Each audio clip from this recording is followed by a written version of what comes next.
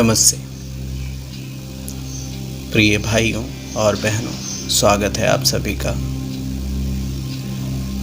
आज हम मैं को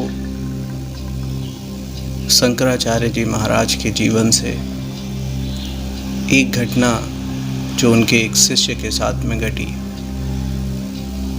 तो इस मैं के बारे में जो उन्होंने कहा है उसके बारे में चर्चा करें। तो घटना कुछ ऐसी है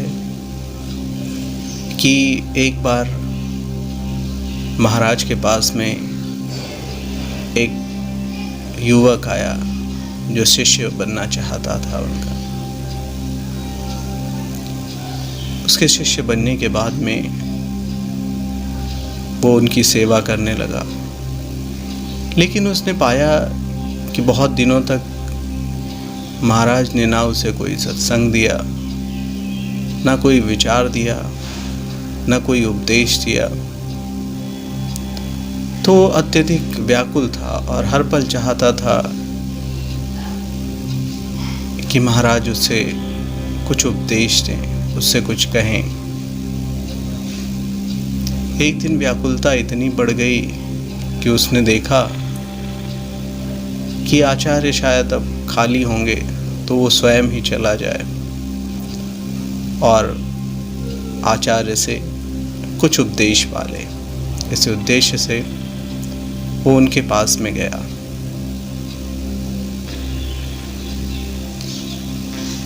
तो महाराज आसन पर बैठे हुए थे।